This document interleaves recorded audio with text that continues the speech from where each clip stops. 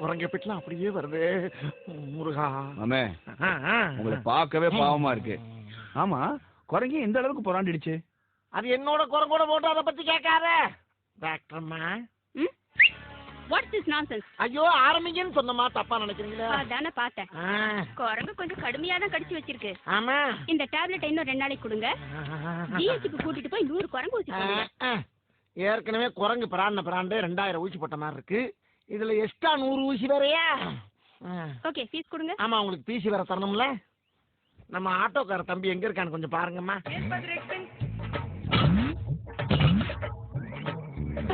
யார் பத்த பிள்ளையோ நம்ம பிரச்சனையை பூரா தீர்த்து வைக்கலாம். வேண்டாமடா ஒழுங்கு மரியாதை உள்ள போ. மனசுல எதை நினைச்சு தாட்டாடிக்கிட்டு இருக்கான். உள்ள போ. கிங் காங் சொன்னா கேளு, ஒழுங்கா கூட்டுக்குள்ள போயிடு.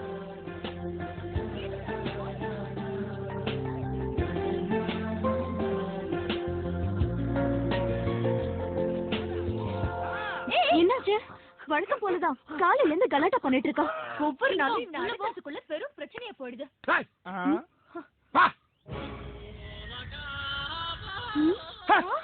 என்னடா அது?